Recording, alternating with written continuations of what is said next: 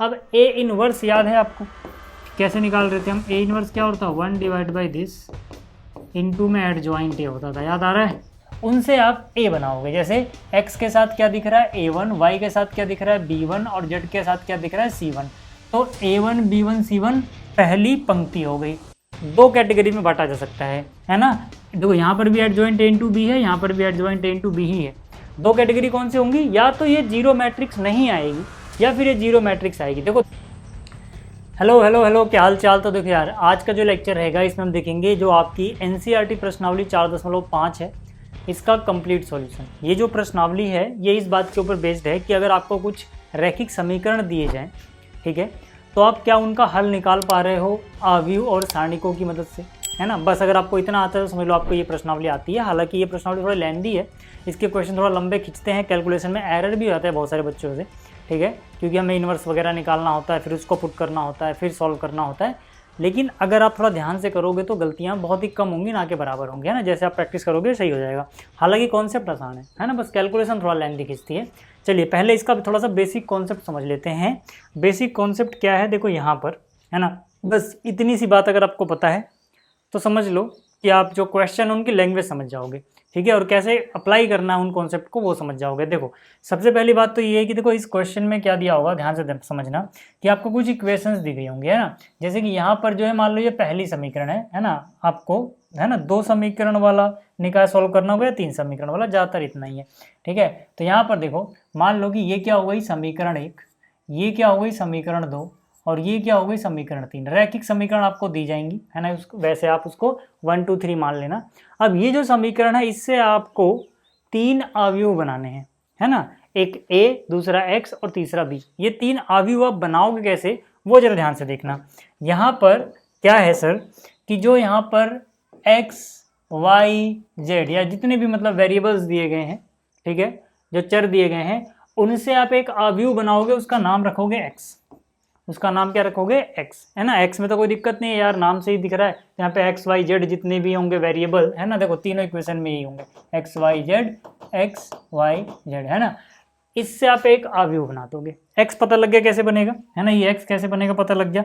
अच्छा, इसके बाद अगर मैं बात करूँ a और b में क्या आएगा, तो देखो जो x y z के कोफिशिएंट हैं, है ना, जो गुणांक हैं, उनसे आप a बनाओगे। जैसे x के साथ क्या दिख रहा है? a1, y के साथ क्या दिख रहा है? b1 और z के साथ क्या दिख रहा है? c1। तो a1 b1 c1 पहली पंक्ति हो गई। ऐसे ही देखो दूसरी समीकरण जो है इसमें x y z के साथ जो है a2 b2 c2, इससे आप इसकी दूसरी पंक्ति बना दोगे, ठीक है। और तीसरी समीकरण में जो x y z के साथ है इससे आप तीसरी पंक्ति बना दोगे। तो यहाँ से आपको, है ना, एक अवयव मिल गया, ठीक है ना, 3/3 का, जिसका नाम आपने रखा ए, एक मैट्रिक्स मिल गई, ठीक है। तो ए पता लग गया, एक्स पता लग गया। अब अगर मैं बात करूं कि भाई बी कैसे बनाओगे, तो सिंपल सा है कि यहाँ पर, है ना, जो भी इक्वेशंस दी रहेंगी आपको, है ना, उसमें A X B Y C Z के बाद जो, है ना, इक्वल टू में दिया गया है ना, यहाँ से पहली इक्वेशन में, दूसरी इक्वेशन में और तीसरी इक्वेशन में, यहाँ से आप बी बनाओगे। यानी कि बी के अंदर क्या आएगा? d1 d2 d3। बात समझ में आ रही है? अभी जब हम क्वेश्चन करेंगे तब आपको अच्छे से क्लियर हो जाएगा कि ये चीज़ें क्या हैं और कैसे वर्क कर रही हैं। बट ठीक है, एक चीज़ और आप याद रखो, ठीक है, कि यहाँ पे कुछ चीज़ें आपसे बोली जाएंगी, उनका मतलब आपको समझ में आना चाहिए, है ना? ये आप बना लोगे आराम से, है ना? अभी मैं आपको प्रैक्टिस कराऊंगा तो समझ में आ जाएगा ये कैसे बनाना है, ठीक है। अब देखो सबसे पहली बात, आपको कहीं कहीं, है ना, क्वेश्चन में देखने को मिलेगा संगत निकाय, है ना, और कहीं कहीं देखने को मिलेगा असंगत निकाय। मतलब ये टर्म आपको पता होनी चाहिए कि यहाँ पे संगत और असंगत निकाय का मतलब क्या है। देखो जब भी संगत निकाय बोला जाए, इसका मतलब क्या है कि जो सिस्टम दिया गया है इक्वेशंस का, मतलब जितनी इक्वेशंस दी गई हैं उनका आपस में सॉल्यूशन एग्जिस्ट करता है ना। तो हल एग्जिस्ट करता है, चाहे वो एक हल हो, है ना, चाहे वो एक हल हो, ओनली वन, ऐसा भी हो सकता है ना, ओनली वन सॉल्यूशन हो सकता है ना, या फिर इनफाइनाइट मैनी सॉल्यूशन हो सकते हैं, है ना, बहुत सारे अनंत हल हो सकते हैं, ठीक है। कुछ भी हो यार, हल तो है ना, चाहे एक सॉल्यूशन की बात करूं या इनफाइनाइट, यानी बहुत सारे, है ना, हलों की बात करूं मैं, मतलब हल तो है। अगर सॉल्यूशन एग्जिस्ट करता है ना, इन इक्वेशंस का, तो हम बोलेंगे कि ये जो निकाय है, निकाय मतलब सिस्टम जो है इक्वेशंस का, है ना, ये संगत है। बात समझ में आ गई। और अगर कोई हल एग्जिस्ट नहीं करता है तो असंगत है। तो संगत असंगत का यहाँ मतलब समझ में आ गया कि संगत असंगत किस टर्म में यूज किया जा रहा है कि अगर इक्वेशंस का हल एग्जिस्ट करता है, सॉल्यूशन है, तो हम बोलेंगे संगत निकाय है। अगर सॉल्यूशन एग्जिस्ट ही नहीं करता है तो हम बोलेंगे असंगत है। अब आपके दिमाग में आएगा कि हमें पता कैसे लगेगा कि सॉल्यूशन एग्जिस्ट करता है या नहीं करता है ना। तो वो देखो यार, आप क्या करना, जो ये इक्वेशंस दी गई हैं इनसे ए, बी और एक्स ये बना लेना। फिर आपका फोकस सबसे पहले होना चाहिए जो आपने अवयव ए बनाया है, इसका आप डिटर्मिनेंट निकाल दो, यानी सारणिक निकाल दो। अगर ए का जो सारणिक है वो 0 नहीं है, ध्यान से सुनो मेरी बात, अगर ए का सारणिक जो है, ठीक है, वो 0 नहीं है तो हम बोलेंगे अद्वितीय हल है, मतलब ओनली वन सॉल्यूशन है ना, इकलौता सॉल्यूशन है। अब भाई सॉल्यूशन चाहे एक हो चाहे अनेक हो, अगर सॉल्यूशन है तो हम उसको बोलते हैं संगत निकाय। तो मतलब ये कैटेगरी कौन सी होगी, संगत निकाय वाली। ठीक है, दिक्कत कब आएगी, दिक्कत आएगी सर अगर मान लो कि जो ये चीज़ है ये 0 आ गई है ना, यानी कि इसका आपने डिटर्मिनेंट निकाला, सारणिक निकाला और ये 0 आ गया। 0 नहीं आया था तो सीधा सीधा आपको पता लग गया कि भाई संगत निकाय है, यानी कि सिर्फ और सिर्फ एक हल है। लेकिन सोचो कि अगर ये 0 आ गया तब आपको फिर से 2 केस बनाने पड़ जाएंगे, है ना। अगर ये 0 आता है तो 2 केस क्या बनाओगे आप, पहले जो ए है ना इसका एडजॉइंट निकालोगे, जो मैंने आपको पिछली प्रश्नावली में सिखाया भी था। आप क्या करोगे, एडजॉइंट ए निकाल दोगे और जो आपने बी अवयव बनाया है, बी सारणिक बनाया है, उससे गुणा कर दोगे। अब अगर आप देखो adjoint A into B 2 category में बांटा जा सकता है ना। देखो यहाँ पर भी एडजॉइंट ए इंटू बी है, यहाँ पर भी एडजॉइंट ए इंटू बी ही है।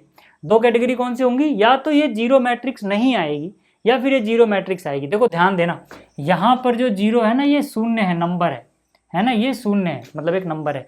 ये जो है ना ये ओ लिखा हुआ है, ओ मतलब 0 मैट्रिक्स है, ये एक अवयव है, 0 अवयव, ठीक है, शून्य अवयव। बात समझ में आ गई। तो अगर इनका गुणनफल शून्य अवयव नहीं आता है तो हम बोल देंगे सीधा सीधा कि क्लियर है भैया, यहाँ पे कोई हल नहीं होगा।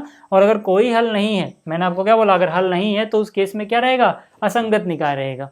बात समझ में आ गई। हाँ, लेकिन सोचो कि अगर ये 0 आ गया, अब यहाँ पे कंफ्यूजन है, ये आप हायर क्लास में पढ़ोगे कैसे क्या करना है, लेकिन अभी है ना इतना करके हम नहीं बता सकते कि इसका अनंत हल होगा या केवल एक हल होगा। होगा इन दोनों में से कोई एक ही। मतलब अगर ये चीज 0 थी तभी आप यहाँ पे आ रहे हो, याद रखना, ये चीज 0 थी उसके बावजूद आपने ये निकाला, ये भी 0 आ गया, तब आप क्या बोल सकते हो, आप कहोगे भैया देखो यहाँ कुछ भी हो सकता है, या तो अनंत हल होगा या फिर कोई हल नहीं होगा। हम साफ तौर पे कुछ नहीं कह सकते, हम साफ तौर पे कुछ नहीं कह सकते। मतलब क्लियरली हम कब बोल सकते हैं, जब ये 0 हो तो हम क्लियरली बोल सकते हैं अद्वितीय हल है, यानी संगत निकाय है। और जब ये 0 ना हो लेकिन ये भी 0, सॉरी, जब ये 0 हो और ये 0 मैट्रिक्स ना हो, है ना, यानी कि इसका डिटर्मिनेंट एक नंबर आ रहा है 0 लेकिन एडजॉइंट ए इंटू बी एक 0 मैट्रिक्स नहीं आ रही है, तब हम क्लियर बोल सकते हैं कोई हल नहीं है। आपको जितने भी केस देखने को मिलेंगे ज़्यादातर ये दोनों मिलेंगे, है ना। यानी कि या तो ये 0 होगा, आप सीधा सीधा बोल दोगे कि देखो यार अगर ये 0 नहीं होगा, अगर ये 0 नहीं है तो सीधा सीधा बोल दोगे संगत निकाय है, अद्वितीय हल है। अगर ये 0 होगा तो ये वाला केस ज़्यादातर आपके केस में बन रहे होंगे जितने भी क्वेश्चन दिए गए हैं, ठीक है। अब देखो जो क्वेश्चन नंबर 1 से 6 है ना, उसमें हमें सिर्फ ये बताना है कि संगत है या असंगत है, ठीक है। तो कहने का मतलब क्या है कि हम चेक करेंगे पहले कि ये 0 आ रहा है या नहीं आ रहा है। अगर 0 नहीं आ रहा है तो बोल देंगे संगत है, क्योंकि केवल एक हल होगा। अगर 0 आ रहा है तो हम ये चेक करेंगे 0 मैट्रिक्स आई है या नहीं आई है। अगर 0 मैट्रिक्स नहीं आई है उसके 0 होने के बावजूद, तो कोई हल नहीं, असंगत है। ये होगा तो हम कुछ कह ही नहीं सकते, इन दोनों में से कुछ भी हो सकता है, तो है ना, वहाँ हम क्लियर नहीं बता पाएंगे। खैर, अब चलो, अब जरा ध्यान से देखो, मैंने क्या कहा था कि जो भी आपको समीकरण दी जाएंगे उनको आप समीकरण 1, 2, 3 जितनी भी दी गई है वो मान लो। अब जैसे यहाँ पे 2 ही समीकरण दी गई हैं, है ना, मैंने आपसे क्या कहा था कि आपको याद करो कि इससे ये a, x और b बनाना आना चाहिए, है ना। तो हालांकि हमें सॉल्व नहीं करना है तो तीनों a, x और b का कोई मतलब नहीं बनाने का, फिर भी मैं बना के दिखा देता हूँ तीनों ही। जैसे अगर आप a बनाओगे तो मैंने आपको क्या बताया कि भाई a आप कैसे बना सकते हो, यहाँ पर, ठीक है, यहाँ पर देखो एक ऐसे बना है, जो x का कोफिशिएंट है, y का कोफिशिएंट है, z का कोफिशिएंट है, पहले a1, b1, c1, उससे पहली पंक्ति बनी है, दूसरे से दूसरी पंक्ति बनी है, इस तरह से चल रहा है। तो यहाँ पे अगर आप देखोगे, यहाँ पे अगर आप देखोगे तो x के साथ क्या दिख रहा है, 1 दिख रहा है, 1, और y के साथ क्या दिख रहा है, 2। तो यहाँ से 1 और 2 से पहली पंक्ति बना दोगे। दूसरी इक्वेशन में x के साथ क्या दिख रहा है, 2 दिख रहा है, और y के साथ क्या दिख रहा है, 3 दिख रहा है ना। तो यहाँ से 2, 3 इसकी दूसरी पंक्ति बना दोगे, ये आपके पास क्या आया, ये आपके पास आ गया है ए, ठीक है ना। ये आपके पास कौन आया है, ये आया है अवयव ए यानी कि मैट्रिक्स ए। अब हालांकि अभी आपको एक्स और बी ना भी लिखो, सिर्फ ये चेक कर लो क्या पता यही है ना 0 आ जाए या ना आए, उस हिसाब से आगे आप बढ़ सकते हो बिना उसके भी, है ना। अगर मान लो इसका डिटर्मिनेंट ही 0 नहीं आ रहा तो आप सीधा बोल दोगे यार कि 0 नहीं आए तो केवल एक हल है तो संगत है। हालांकि वो लिखने की जरूरत नहीं है, मेरे कहने का ये मतलब है, बट फिर भी मैं लिख के दिखा देता हूँ कि अगर आपको एक्स लिखना हो तो वो क्या होगा, है ना। अगर आपको मान लो मैट्रिक्स बी लिखनी हो तो वो क्या होगी, ठीक है। मैंने एक्स क्या बताया था कि जो यहाँ पे वेरिएबल्स यूज हो ना उनसे बना लो, है ना। एक्स वाई दोनों में जो है ना, तो यहाँ पे एक्स वाई ऐसे कॉलम वाइज बनाओगे, है ना, ये एक्स होगा। अच्छा बी क्या होगा, मैंने कहा था जो इक्वल में दिया गया, यहाँ पे देखो इक्वल में क्या d1 d2 d3, तो यहाँ पे बी में आपने क्या लिखा था d1 d2 d3, तो ऐसे ही यहाँ पर क्या है भाई, ये d1 है ये d2 है यानी कि 2 and 3, तो यहाँ पर क्या हो जाएगा 2 हो जाएगा, यहाँ पर क्या हो जाएगा 3 हो जाएगा। बात समझ में आ रही है। अब मैंने अभी बोला कि अगर ये ना भी लिखो आप, क्योंकि अभी आपको सॉल्व करने को नहीं बोला गया है, आप पहले यही लिखना सिर्फ ए, और क्या करना ए का सारणिक निकाल लेना भाई। ए का सारणिक निकालना आपको आता होगा भाई, 2/2 का है तो, है ना। 1 गुणा में 3 करोगे 3 हो जाएगा, माइनस करोगे 2 गुणा में 2 करोगे 4 हो जाएगा, है ना। तो यहाँ से अगर आप देखें, यहाँ से अगर आप देखें तो ये कितना आ रहा है, ये आ रहा है -1। मैंने क्या कहा था कि भाई ये 0 आ रहा है कि नहीं आ रहा, बस आपको ये देखना है, ध्यान दो, है ना। यहाँ पे मैंने आपको बताया कि जब आप इसका सारणिक निकालोगे तो 0 नहीं आ रहा है या फिर आ रहा है, पहले आप ये देखोगे। अपने केस में क्या है 0 नहीं है, 0 नहीं है तो अद्वितीय हल है यानी संगत निकाय है ना। हमें हल नहीं बताने, हमें बताना है संगत असंगत। तो हम क्या बोलेंगे कि भाई इसका मतलब क्या है संगत, है ना, केवल एक हल होगा और संगत निकाय होगा भाई, संगत निकाय, ठीक है। अगर आप थोड़ा समझ के लिए लिखना ही चाहते हो तो अपनी समझ के लिए आप लिख सकते हो यहाँ पे कि केवल एक हल है ना, केवल एक हल यानी अद्वितीय हल है। लेकिन हल यहाँ पे पूछे नहीं गए वैसे, है ना, बट फिर भी इसका मतलब होता है कि केवल एक हल है अगर ये 0 नहीं आता है तो। अब हल है इसलिए हम बोलेंगे संगत निकाय। बात समझ में आ गई, है ना, यहाँ तक चीज़ें क्लियर हैं। देखो अब मैंने जो किया उसमें एक्स और बी की जरूरत ही नहीं पड़ी अभी, है ना। बी की जरूरत तब पड़ती जब ये 0 आ जाता, इसलिए मैंने कहा पहले से ये ना भी निकालो तो चलेगा। बट मुझे अभी आपको सिखाना है कि भाई ए एक्स और बी कैसे निकालते हैं, इसलिए मैंने ऐसा कर दिया, ठीक है। जैसे ये दूसरा क्वेश्चन देखो, ये पहली समीकरण हो गई, ये दूसरी समीकरण हो गई। अगर मुझे ए निकालना हो तो मैं क्या बोलूँगा कि यार जो इनके एक्स का कोफिशिएंट कितना है 2 और वाई का है -1, तो 2 - 1 पहली पंक्ति हो जाएगी। दूसरी समीकरण में एक्स का कोफिशिएंट 1 है ना, और वाई का भी समीकरण कोफिशिएंट 1 है, तो यहाँ से 1 1 दूसरी हो जाएगी। अब मैं चाहूँ तो बी और एक्स की भी बात ना ही करूँ, है ना, सीधा सीधा ये निकाल के देखता हूँ कि क्या आ रहा है। तो यहाँ से अगर हम निकालें तो 2 गुणा में 1 करोगे, है ना, 2 गुणा में 1 करोगे 2 हो जाएगा, और -1 यानी वो +1 हो जाएगा, तो कितना आ गया 3 आ गया भाई, है ना। तो पक्की बात है कि अगर डिटर्मिनेंट ए कितना आया है 3 आया है, मतलब 0 के बराबर तो नहीं है भाई। अब 0 के बराबर नहीं है तो मतलब हम क्या कहेंगे अद्वितीय हल है या फिर केवल एक हल है। क्या लिखेंगे अद्वितीय हल है। हालांकि हल पूछा नहीं गया है तो ये आप ना भी लिखो तो आपका टाइम भी बच जाएगा, बट मैं समझाना चाहता हूँ इसलिए मैं लिख दे रहा हूँ, है ना। अद्वितीय हल है। अब अद्वितीय हल का मतलब हल तो है ना, यानी कि संगत है, ठीक है, यानी कि संगत निकाय है। बात समझ में आ गई, बात समझ में आ गई यहाँ तक, ठीक है। हालांकि यहाँ पे अगर देखो ऐसी जरूरत नहीं है, अगर आप x और b निकालना ही चाहो तो आप आराम से लिख सकते हो कि x क्या होगा एक्स वाई में है, तो यहाँ से एक्स वाई में ये बन जाएगा। अगर मैं b की बात करूँ तो भाई वो बराबर में क्या दिया गया उस फॉर्मेट में लिखना 5 और 4, ठीक है। यहाँ पे 5 आ गया, यहाँ पे 4 आ गया, कॉलम वाइज लिखना होता है। बात समझ में आ गई यहाँ तक, ठीक है। स्क्रीनशॉट लेना तो ले लो। ये था क्वेश्चन नंबर 2, है ना। आगे अगर हम बात करें क्वेश्चन नंबर 3 की, तो देखो यार ये भी वैसा ही है, ठीक है, बस इसमें थोड़ा अलग आएगा अंतर, है ना। ध्यान से देखना, ये शायद इसके लिए बच्चे आए होंगे देखने, है ना। तो यहाँ पर क्या भाई ए लिखोगे आप, ठीक है, तो यहाँ पे 1 है वहाँ 3 है, तो 1 3 ये आ गया, 2 और 6 ये आ गया। मैं सब कुछ ही लिख दे रहा हूँ, है ना। एक्स पे क्या क्या आएगा भाई, एक्स वाई में इक्वेशन है तो उसको कॉलम वाइज लिख दो एक्स वाई। बी की अगर हम बात करें भाई तो बराबर में क्या है 5 और 8, तो यहाँ पे आ जाएगा 5, यहाँ आ जाएगा 8। मिल गया सब कुछ यहाँ से, है ना, जो भी हमें चाहिए था ए एक्स और बी। अब हम क्या बोलेंगे कि यार डिटर्मिनेंट निकाल लेते हैं, यानी कि सारणिक निकाल लेते हैं ए का। तो ये कितना हो जाएगा भाई, 1 गुणा में 6 करोगे 6 हो जाएगा, है ना, और 2 गुणा में 3 करोगे 6 हो जाएगा, कि यानी कि 0 आ गया। अब देखो भाई, अब आ गया ये 0। जब 0 आएगा तो डायरेक्ट असंगत मत बोल देना। मैंने आपको क्या समझाया था, याद करो कि अगर ये 0 नहीं आता तो डायरेक्ट संगत बोला जा सकता है, लेकिन अगर ये 0 आ जाए तो देखना पड़ेगा क्या है ना। तो यानी कि हमें एडजॉइंट ए निकालना पड़ेगा पहले, फिर उसको बी से गुणा करनी पड़ेगी, फिर देखना पड़ेगा कि 0 मैट्रिक्स है ना, 0 मैट्रिक्स आ रही है कि नहीं। अगर आ रही है तो हम कुछ नहीं कह सकते, नहीं आ रही है तो बोलेंगे कोई हल नहीं है। चलो देख लेते हैं यहाँ पे। अब मुझे निकालना है यानी कि पहले एडजॉइंट ए। अब एडजॉइंट ए 2/2 का निकालना बहुत आसान है भाई।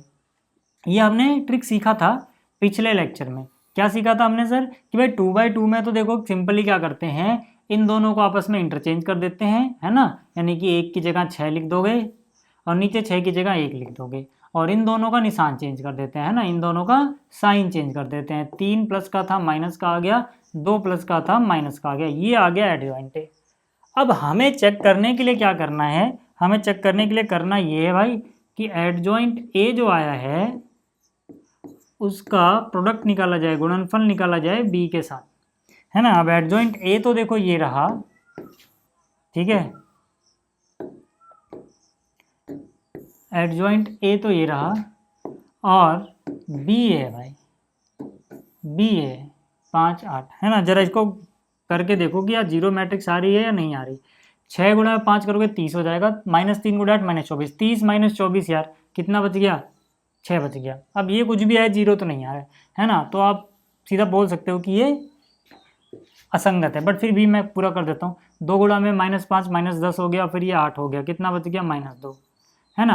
अब आप यहाँ से देखें तो यार जो एडजॉइंट ए इंटू बी आया है ये 0 मैट्रिक्स तो नहीं आया है, 0 मैट्रिक्स है, 0 नहीं है, 0 मैट्रिक्स ओ लिखा हुआ है, ये नहीं आया है ना। इसका मतलब ठीक है असंगत निकाय है ना। मैं फिर से समझा देता हूँ कि कैसे हुआ ये, है ना। ये क्या है, ये है असंगत निकाय। क्या है ये, असंगत निकाय, है ना। बात समझ में आ रही है यहाँ से कि असंगत निकाय कैसे है, देखो ठीक है, कि अगर ये 0 था और ये 0 मैट्रिक्स नहीं आया है तो हम बोले कोई हल नहीं, यानी असंगत निकाय है, ठीक है। अगर आ गया होता 0 तो हम कुछ कह नहीं पाते, ये भी हो सकता था वो भी हो सकता था, ठीक है। बात समझ में आ गई यहाँ तक, बात समझ में आ गई यहाँ तक, ठीक है। चलिए आगे चलते हैं। अब ये देखो यार, इसमें भी हम क्या बोलेंगे कि यार ये हो गई समीकरण 1, ये हो गई समीकरण 2, और ये हो गई अपनी समीकरण 3, ठीक है। 1 2 3 हमने लिख लिया। अब हमें क्या करना है, पहले हमें लिखना है ए क्या होगा। देखो ए क्या होगा, 1 1 1, है ना, एक्स का कोएफिशिएंट 1 है, वाई का 1 है, जेड का 1 है। दूसरी में क्या बनेगा 2 3 2, तो यहाँ पे आ गया 2, यहाँ पे आ गया 3, यहाँ पे आ गया 2। फिर क्या है सर, ए 2 है, तो यहाँ पे आ गया ए, यहाँ पे आ गया ए, यहाँ आ गया 2 है ना। अब देखो अगर ये 0 नहीं आया तो हमें आगे बढ़ने की जरूरत नहीं पड़ेगी, एक्स और, है ना, भी हमें चाहिए नहीं, बट फिर भी मैं ऐसे लिख दे रहा हूँ, है ना। यहाँ पर देखो एक्स में क्या आएगा भाई, एक्स वाई जेड में ही तो चल रहा है, तो यानी कि small x small y small z, ये आ गया। अब अगर मैं बात करूं कि अगर b मान लो मुझे लिखना पड़ जाए तो b क्या होगा भाई, d1 d2 d3, यानी कि यहाँ पे आ जाएगा 1 2 एंड 4, तो यहाँ पे 1 आ जाएगा, यहाँ 2 आ जाएगा, यहाँ 4 आ जाएगा। यहाँ तक की बात क्लियर हो गई क्या। अब देखो सबसे मेन बात है ना कि हम सारणिक निकालेंगे a का, क्या निकालेंगे हम, a का सारणिक निकालेंगे और देखेंगे वो क्या आ रहा है। किसी के भी अलोंग निकाल सकते हो, मैं रो 1 के अलोंग निकाल दे रहा हूँ यार, है ना। तो पहला एलिमेंट क्या मिला 1, है ना, इसको और इसको ढक दोगे तो यहाँ से 6a - 2a आ जाएगा, तो यहाँ जाएगा 6a - 2a, यहाँ पे +1 की जगह निशान चेंज करके -1 लिखोगे, है ना, इसको और इसको ढक दोगे तो यहाँ पे 4a - 2a आ जाएगा, यहाँ आ जाएगा 4a - 2a, और फिर थर्ड एलिमेंट क्या है 1 है भाई, ठीक है। इसको और इसको ढक दोगे 2a - 3a, यहाँ कितना आ गया 2a, और यहाँ माइनस में क्या आया 3, है ना। बस आपको बस चेक करना है कि इसका जो सारणिक है, इसका जो डिटर्मिनेंट है ये 0 आया है कि नहीं आया। अब यहाँ से देखो यार 6a - 2a, 4a बचेगा, इंटू में 1, यानी कि ये आ गया 4a, ठीक है। यहाँ से अगर आप देखें तो 2a इंटू -1 यहाँ कितना -2a, और यहाँ अगर आप देखें, ठीक है ना, इसको जब हमने ढका था तो 4a - 2a, ठीक है, ठीक है। यहाँ अगर आप देखोगे तो कितना बच रहा है, -a इंटू में 1 यानी कितना -a, ठीक है। तो ये टोटल अगर आप कैलकुलेट करोगे तो कितना बच रहा है, a बच रहा है ना। Determinant of a is this.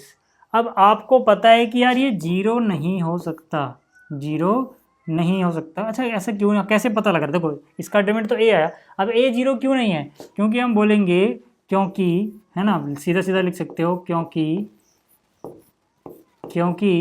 यदि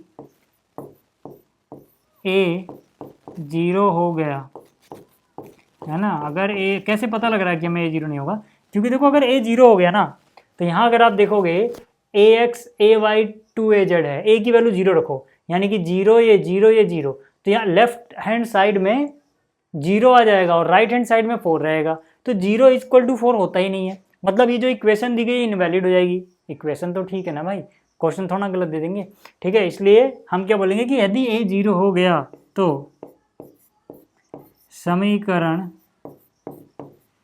3 इनवैलिड हो जाएगी,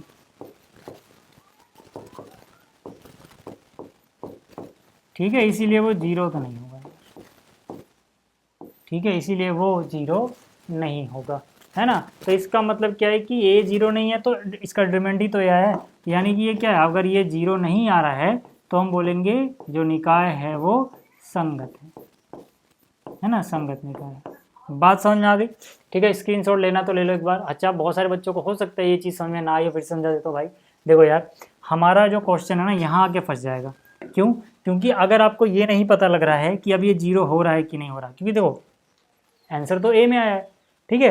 अब किसी तरह से मुझे ये कन्फर्म करना पड़ेगा कि a क्या है, a 0 है तो मतलब ये डिटर्मिनेंट ही 0 के बराबर आ गया, अगर a 0 नहीं है तो ये डिटर्मिनेंट 0 के बराबर नहीं आएगा। तो हम क्या बोलेंगे, हम कहेंगे कि यार a 0 नहीं हो सकता है। क्यों नहीं हो सकता है, क्योंकि इस केस में देखोगे अगर a 0 रख दोगे तो यहाँ पे 0 = 4 नहीं होता है भाई, वो इनवैलिड इक्वेशन हो जाएगी, ठीक है ना, इसीलिए ऐसा हुआ है। यहाँ तक बात अगर क्लियर है तो ये जो 5वां क्वेश्चन है यार, है ना, ये आसान सा है, ये आप खुद कर लेना, ठीक है ना। ये जो क्वेश्चन है ये आसान से, चलो मैं कर देता हूँ, ठीक है ना। यहाँ पर देखो फिर से, अगर मैं यहाँ पर a लिखूँगा तो a क्या आएगा, a के पास आएगा 3 -1 -2, यहाँ पे आ गया 3, यहाँ पे आ गया -1, यहाँ पे आ गया -2, यहाँ पर क्या है सर, देखो x नहीं है यहाँ पे, याद रहे, ठीक है ना, यानी कि आप लिख सकते हो ऐसे 0x + 2y, ठीक है। अब यहाँ पर क्या होगा, ये हो जाएगा 0, ठीक है, 0 x का कोफिशिएंट है, y का कितना है 2 है, और z का कितना है -1 है। ऐसे यहाँ पे देखोगे x का कोफिशिएंट 3 है, y का कोफिशिएंट -5 है, यहाँ पे z नहीं है भाई तो 0, z वाला नहीं तो मतलब 0z, ऐसे। यहाँ तक बात समझ में आ रही है, ठीक है। तो ये हो गया a, ठीक है, ये क्या हो गया, a हो गया। अब देखो पहले डिटर्मिनेंट ऑफ a निकाल लेते हैं, क्या पता ये 0 ना आए, है ना, तो आगे की जरूरत नहीं पड़ेगी खैर। तो यहाँ पे आ जाओ, क्या ना, किसी के भी अलॉन्ग निकाल सकते हो, इसमें एक 0 नजर आ रहा है तो मैं इस कॉलम के अलॉन्ग निकाल ले रहा हूँ। तो यहाँ पे कितना है सर 3 है ना, 3 को अगर आप ढक दो तो 0 - 5 यानी -5 आ गया, ठीक है। तो यहाँ लिख दिया -5, फिर यहाँ पर 0 है तो देखो यार इसको तो 0 ही मानो, ठीक है। इसके बाद देखो क्या है 3, है ना, कॉलम 1 के अलॉन्ग में निकाल रहा हूँ, इसको ढक दो तो कितना हो जाएगा 1 और +4, है ना। तो यहाँ पर क्या लिखोगे 3, यहाँ जा रहा है 1 + 4, ठीक है ना, यहाँ 1 हो गया, -4 यानी +4, ठीक है। तो यहाँ से देखो यार कितना हो जाएगा, ये 0 आ रहा है ना, ये 0 आ रहा है भाई, देखो ये तो 0 ही है, यहाँ हो गया -15, ये हो गया +15 यानी ये 0 आ गया। अब जब ये 0 आया है ना, अब आपको दिक्कत होगी क्योंकि आपको एक्स्ट्रा मेहनत करनी पड़ेगी, ठीक है। जैसे कि मैंने आपको बताया भी था कि अगर ये 0 आता है तब आपने, है ना, मेहनत थोड़ा ज़्यादा करनी पड़ती है, ठीक। अब वो कैसे करोगे, अब उसके लिए तो देखो भाई सुनो, पहले आपको निकालना है एडजॉइंट ए, है ना, क्या निकालना है एडजॉइंट ए।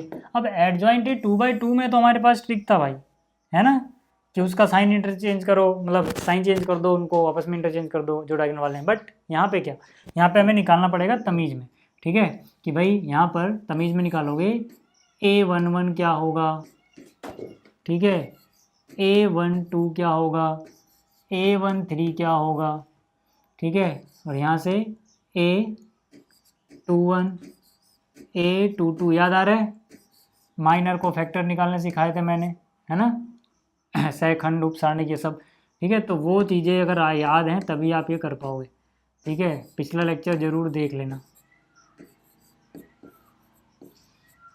ठीक है। चलो ये निकाल लेते हैं,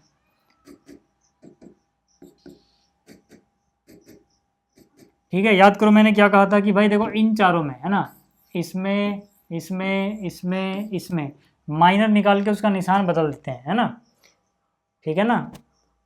तो यानी कि यहाँ पे पहले से माइनस लगा दो, जो भी आएगा उसका निशान बदला जाएगा, है ना। चलो अब करते हैं ज़रा एक बार, ठीक है। कैसे निकालते थे हम, कैपिटल A11 मतलब यहाँ से A11 को ढक दो, ठीक है। यहाँ क्या बचेगा 0 -5, यानी कि यहाँ पे क्या आ रहा है -5 आ रहा है, ठीक है। तो यहाँ पे कितना लिख दोगे, इस कलर से लिखते हैं -5। फिर इसकी बारी निकालेगी, इसको ढक दोगे, तो यहाँ से आएगा 0 माइनस माइनस यानी 0 + 3 यानी कि 3 आ गया, कितना आ गया 3।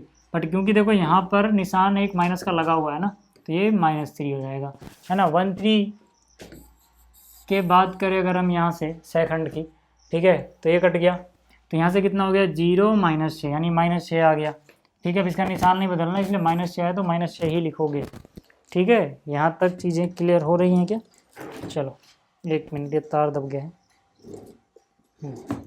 ठीक है। अब यहाँ पे आ जाओ, ठीक है। यहाँ आ गया 0 -10, है ना, यानी कितना आया -10। अब क्योंकि यहाँ निशान बदला हुआ है, माइनस पहले से, तो माइनस माइनस प्लस हो जाएगा भाई, ठीक है। तो यहाँ पे क्या लिखोगे आप, +10। फिर 2 की बात करें तो ये हट गया 0, और ये कितना आ गया -6 + 6 में कन्वर्ट हो जाएगा, ठीक है। तो 0 + 6, ठीक है। 2 की बात करें तो इसको ढक दोगे भाई, है ना, -15 प्लस में 3 यानी कितना बचेगा -12, है ना, -15 प्लस में 3 यानी कि -12 बचेगा, लेकिन यहाँ निशान बदलना है तो +12 हो जाएगा, ठीक है। 3 की अगर हम बात करें तो ये आ गया, ठीक है। 1 + 4 यानी 5 आ गया, तो यहाँ से ये आ गया 5। 3 की अगर हम बात करें तो ये हटा दो, -3 और 0, है ना, तो ये हो जाएगा -3, लेकिन निशान बदलना है तो +3 हो जाएगा। 3 की बात करें तो इसको हटा दोगे, 6 और 0 वगैरह को, तो यहाँ पे 6 आ गया, ठीक है। अब हमें क्या निकालना है, हमें निकालना है पहले एडजॉइंट ए। अब एडजॉइंट ए क्या होता है, एडजॉइंट होता है इस वाले अवयव का ट्रांसपोज यानी परिवर्त, किस वाले अवयव का, जो ये आया है, ठीक है। कौन कौन आया है, देखो यहाँ पर A11, ठीक है, A11, A12, A13, A21, A22, A23, A31, A32 और A33, ठीक है। मतलब ट्रांसपोज निकालोगे आप, ठीक है ना, इनका रख दो पहले, है ना, अभी ट्रांसपोज निकाला नहीं, अभी बाद में निकाल लेंगे। वैल्यू रख दो यहाँ पे, कितना आ रहा है -5, -3 और -6, ठीक है। और यहाँ पे आ रहा है 10, 6, 12, यहाँ पे आ रहा है 5, 3 और 6। अब इसका ट्रांसपोज निकालोगे, एडजॉइंट मिल जाएगा आपको, ठीक है ना। तो यहाँ से एडजॉइंट ए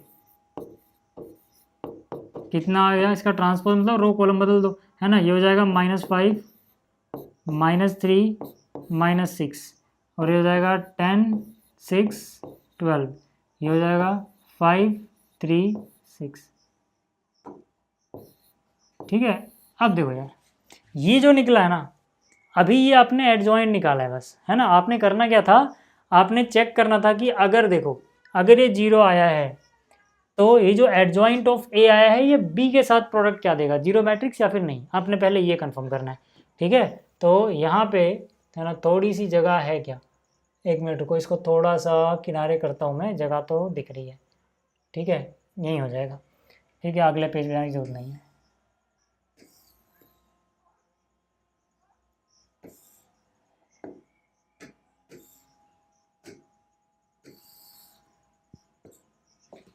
ठीक है। अब हम क्या निकालेंगे, अब निकालेंगे यहाँ से एड जॉइंट ए इनटू में बी, ठीक है, क्या आता है।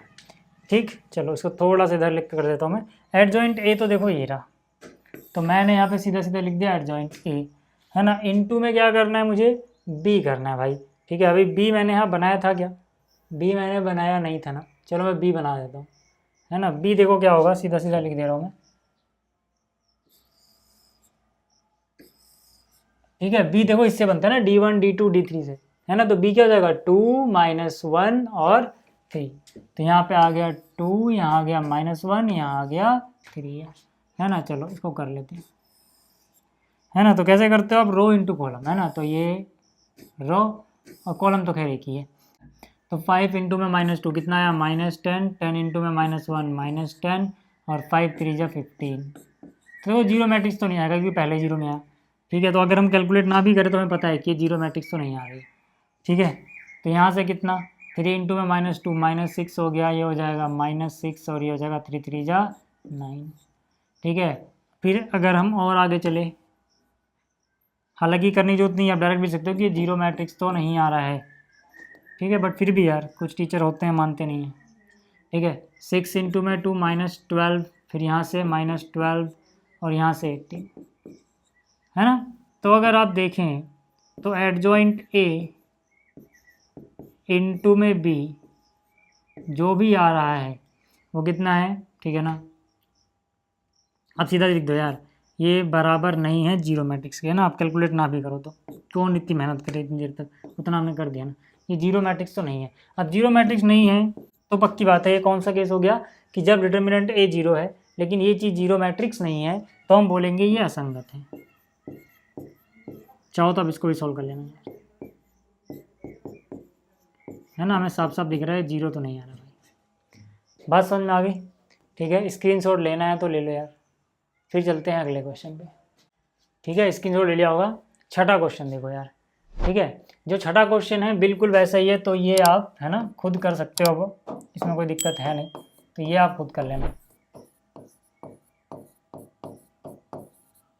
ठीक है। बस चेक करना है संगत या असंगत। आगे बात करते हैं। अब देखो जो क्वेश्चन नंबर 7 से लेके 14 तक है, इसमें हमें सिर्फ ये नहीं बताना कि संगत है असंगत है, बल्कि हमें इसको सॉल्व करना है, और ठीक है ना, जो भी समीकरण है इसको आव्यूह विधि से हल करना है, ठीक है ना। इसके निकाय को, मतलब जो सिस्टम है इसका, आव्यूह विधि से हल करना है। तो चलिए, ठीक है, एक बार और मैं आपको रिवाइज करा दूं कि हम आव्यूह विधि से करेंगे कैसे सॉल्व, ठीक है। ध्यान से देखना,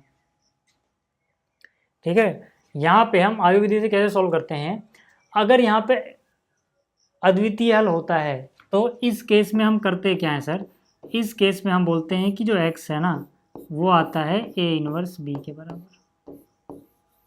x किसके बराबर आता है, a इनवर्स b के बराबर। इस केस में ही हम सॉल्व करेंगे अभी, ठीक है, जिसमें संगत निकाय अद्वितीय हल वाला है, ठीक है। यानी यहाँ पर ये डिटरमिनेंट जीरो नहीं है। तो ये ऐसा क्यों होता है, क्योंकि देखोगे ना अगर आप कि भाई ये जो चीज़ है ये इनसे कैसे आ रही है, अगर आप इस वाले में ये मल्टीप्लाई कर दो a1x b1y c1z बराबर क्या आएगा d1, मतलब a इंटू एक्स बराबर है b, है ना। ये आया कैसे, अगर आप समझना चाहते हो तो देखो a इंटू में x किसके बराबर है भाई, b के बराबर है ना। अब आप क्या करो, अब यहाँ पर, ठीक है, यहाँ पर इसको उतारो a इंटू एक्स बराबर b, और यहाँ पे आप क्या करो a इनवर्स से गुणा कर दो, यहाँ पर भी a इनवर्स से गुणा कर दो। अब a इनवर्स इंटू ए हो जाएगा identity matrix into x equals to a inverse b, और आपको पता है आइडेंटिटी मैट्रिक्स से x मल्टीप्लाई करोगे x ही रहना है, यानी x क्या हो जाएगा, a इनवर्स b हो जाएगा यार। वही चीज़ जो यहाँ लिखी है ना, बस यहाँ मैंने आपको समझा दिया कि आया कैसे। खैर ठीक है, आपको इतनी बात समझ में आ गई, ठीक है ना, कि x क्या है, a इनवर्स b है, ठीक है। बस ये जो पेज है ना ये बहुत इंपॉर्टेंट है। पहले मैंने आपको समझा दिया था कि भाई अद्वितीय हल का क्या मतलब है, संगत हल असंगत का क्या मतलब है। अब ये चीज़ और याद रखना कि अगर डिटर्मिनेंट जीरो नहीं आ रहा है, ए का सारणी जीरो नहीं आ रहा है, तो उसका अद्वितीय जो हल होता है उसको हम निकालते इस तरह से, एक्स क्या होगा, ए इनवर्स बी, ठीक है। तो यानी कि अब यहाँ पे हम क्या बोलेंगे, ये जो सवाल है कि यार इसमें पहले समीकरण ए बना लो, समीकरण नहीं मतलब आव्यूह ए बना लो। तो यहाँ पे क्या हो जाएगा 5 2, ध्यान से देखो समझ में आ जाएगा, 5 2 7 3 है, ठीक है। एक x बना लो आव्यूह, जिसके मान को हमें निकालना है। सॉल्व करना मतलब एक्स वाई को निकालना है ना, एक्स और वाई है तो ये आ गया भाई। ठीक है, बी को भी बना लो। बी में क्या आएगा, D1 D2 यानी 4 और 5, तो यहाँ से आ गया 4, यहाँ से आ गया 5। ठीक है, अब पहले हमारा जो सबसे पहला काम रहता है वो क्या रहता है कि भाई सारणिक कितना है इसका। तो यहाँ से देखोगे 5 गुणा में 3 यानी कि 15, 7 गुणा में 2 यानी 14, है ना। तो भाई ये जो चीज़ आई है ये तो 1 आ गई, 1 आया ना, यानी कि 0 तो नहीं आया, सीधा सीधा बोल सकते हैं 0 तो नहीं आया। मतलब क्या, केवल एक हल है, अद्वितीय हल है इसका, है ना। ये क्या है, अद्वितीय हल है। मैंने आपको क्या बताया था, अगर अद्वितीय हल है तो हमें ये वाली समीकरण सोल्व करनी है, x equal to A inverse B, बस। लेकिन इसके लिए मुझे ए इनवर्स की वैल्यू तो पता होनी चाहिए, इसीलिए मैं पहले क्या करूँगा, अब इसको बाद में लगाएंगे, पहले ए इनवर्स निकालने की कोशिश करते हैं। अब ए इनवर्स याद है आपको, कैसे निकाल रहे थे हम, ए इनवर्स क्या होता है, 1 डिवाइड बाई दिस इनटू में एडजॉइंट ए होता था, याद आ रहा है, याद आ रहा है ना। तो यानी कि मुझे पहले एडजॉइंट निकालना पड़ेगा, क्योंकि ये तो मैंने निकाला हुआ है ऑलरेडी, ये रहा भाई, है ना। बस एडजॉइंट मिल जाए तो मैं इसमें रख दूँ तो ए इनवर्स मिल जाए। ठीक है, तो यानी कि पहले एडजॉइंट ए निकालना पड़ेगा, जो कि है बहुत आसान। क्यों, क्योंकि 2/2 की मैट्रिक्स है, तो एडजॉइंट ए डायरेक्ट निकल जाएगा। कैसे, 2/2 में हम क्या करते हैं, इन दोनों को स्वैप कर देते हैं, आपस में इंटरचेंज कर देते हैं। 3 5 की जगह 5 3 की जगह आ जाएगा, यानी कि 3 ऊपर जाएगा 5 नीचे आ जाएगा, और इन दोनों को निशान बदल देते हैं, यानी कि 2 माइनस का हो जाएगा और 7 माइनस का हो जाएगा। ये आ गया भाई। अब आपने पता है कि यार, ठीक है, अब आपने पता है कि यार देखो ए इनवर्स जो है वो बराबर होता है इसके, बस फॉर्मूला लिख दो। ठीक है, अब यार सारणिक तो एक आया ना, सारणिक तो एक है भाई, उससे क्या ही फर्क पड़ना, 1/1 ही होता है, नहीं एडजॉइंट ए ही सीधा सीधा ए इनवर्स हो जाएगा इस केस में, है ना। तो ए इनवर्स क्या हो जाएगा, सीधा सीधा यही हो जाएगा यार, है ना, क्योंकि बाहर तो ये 1 है, 1/1, उससे कोई फर्क पड़ना नहीं है। तो ये ए इनवर्स तो मिल गया। अब मुझे क्या करना है, मुझे पता है कि अगर अद्वितीय हल होता है ना, तो ये वाला हम इस्तेमाल कर सकते हैं, x equal to A inverse B, मैंने आपको अभी बताया था, है ना। तो यार ए इनवर्स तो देखो ये रहा मेरे पास, है ना, ए इनवर्स तो देखो ये रहा मेरे पास, कितना कितना है, 3 - 2 - 7 5, तो 3 - 2 - 7 एंड 5, है ना, इतना ही है। अब क्या सर, b मल्टीप्लाई कर दो, b के पास क्या है, 4 और 5 है, तो यहाँ पे आ गया 4, यहाँ आ गया 5। देखो बहुत आसान है, बहुत सारे बच्चों को बड़ी अजीब सी चीज़ लगती है। अच्छा, x की वैल्यू भी रखी दो, है ना, x के पास क्या है, x और y, है ना। बहुत सारे बच्चे इसको बहुत लंबा खींचते हैं, उनसे कैलकुलेशन में एरर होता है, कुछ नहीं भाई, बहुत आसान सी चीज़ें है। ठीक है, अब जरा देखना, है ना, इसको मल्टीप्लाई तो करना है, तो 3 गुणा में 4 हो गया 12, ये हो गया -10, 12 में से 10 गया 2 बच गया, यहाँ से हो गया -28, यहाँ से हो गया 25, यानी माइनस का 3 बच गया। अब जरा दोनों को कंपेयर कर लो यार, दोनों को अगर आप कंपेयर करेंगे तो x की वैल्यू कितनी आ रही है, 2 आ रही है ना, एंड y की वैल्यू कितनी आ रही है, -3 आ रही है, y की वैल्यू कितनी आ रही है, -3।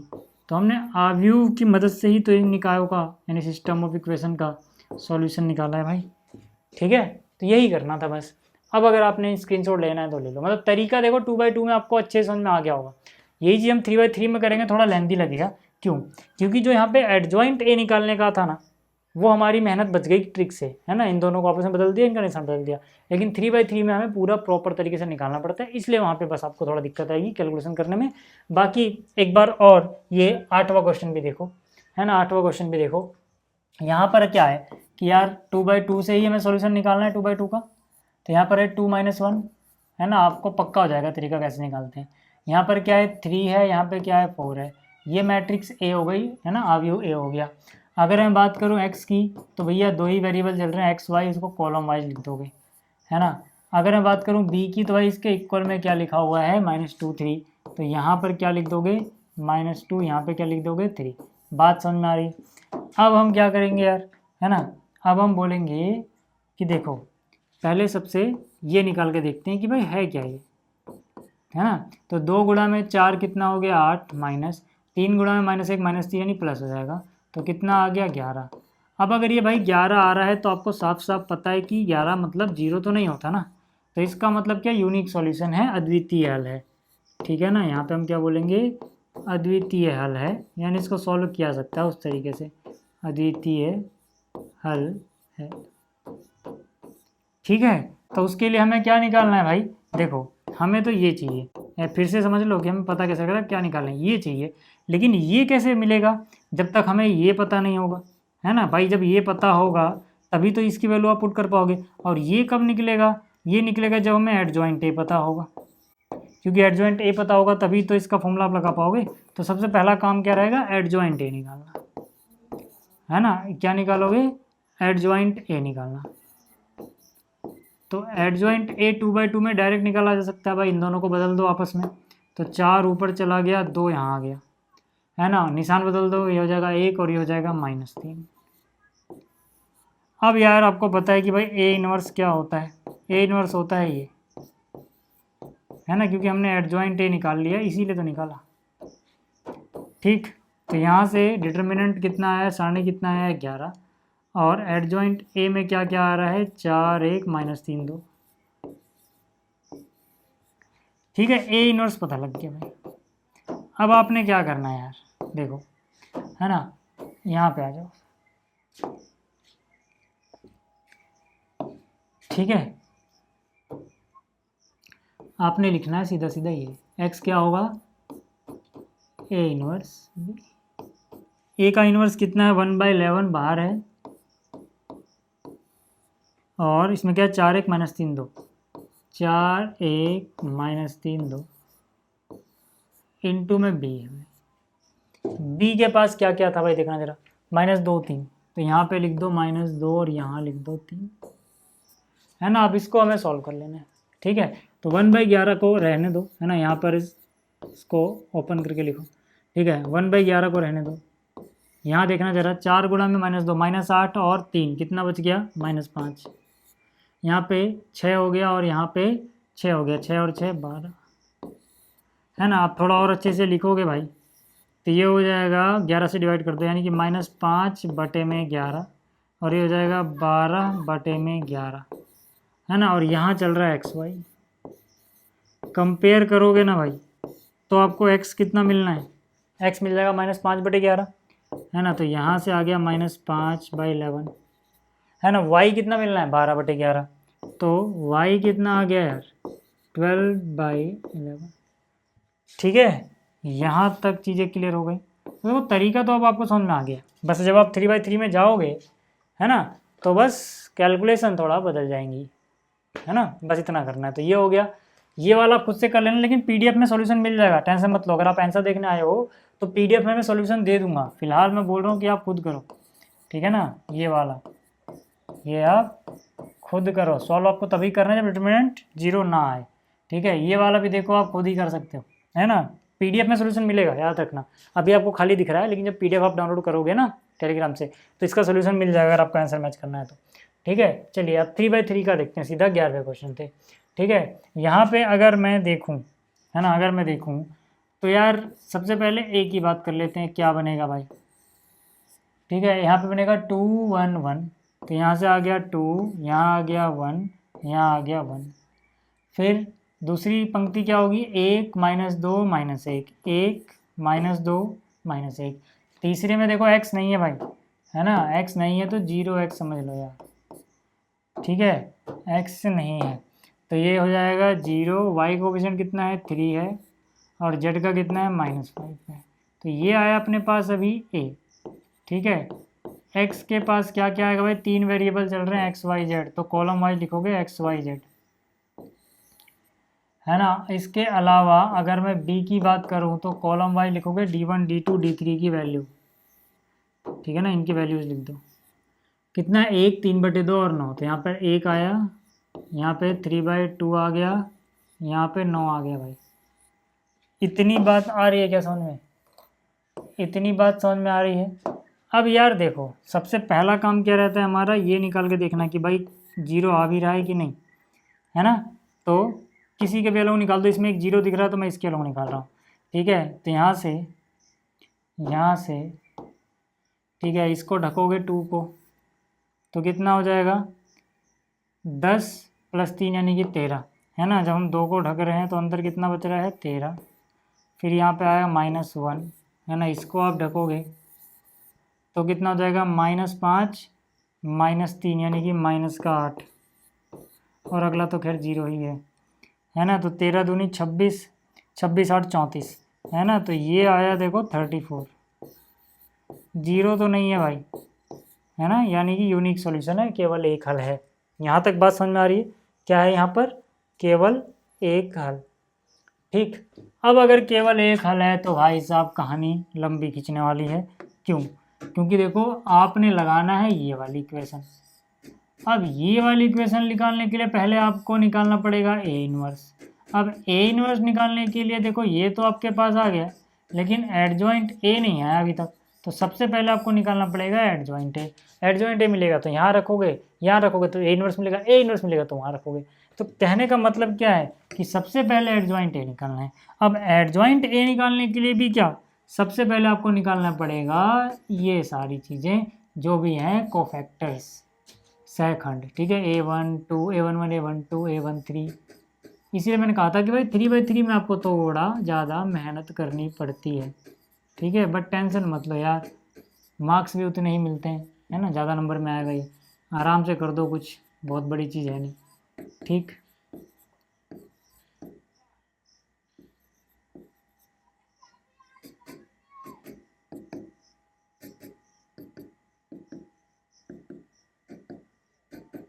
ठीक है। चलो, मैंने क्या बोला कि भाई 4 जगह निशान बदलना होता है आपको, माइनस जो भी निकालोगे कोफैक्टर के लिए तो पहले माइनस लगा लो, आप भूलोगे नहीं। ठीक है, चलो यार करते हैं इसको। ठीक, यहाँ से ठीक है, कैपिटल A11 कैसे आएगा, इसको ढक दोगे। कितना बच रहा था यहाँ पर, देखो वैसे तो 13 आएगा ना, कितना बच रहा है यहाँ पर 10 और 3 13। ठीक है, तो यहाँ से कितना आ गया 30। फिर अगला निकालने के लिए इसको ढक दोगे भाई, तो कितना बचेगा -5, है ना, क्योंकि ये तो 0 हो गया, -5 0। ठीक है, तो -5, लेकिन निशान बदल दोगे तो क्या बन जाएगा वो, -5 की जगह +5, क्योंकि यहाँ पे निशान बदलना होता है, ऑड एड्रेस है 1 2। ठीक है, 1 3 की बात करें, फर्स्ट रो थर्ड कॉलम, तो कितना हो जाएगा 3 -0 यानी कि 3 आ गया। तो यहाँ पे सीधा सीधा क्या लिख दोगे भाई, 3 लिख दोगे।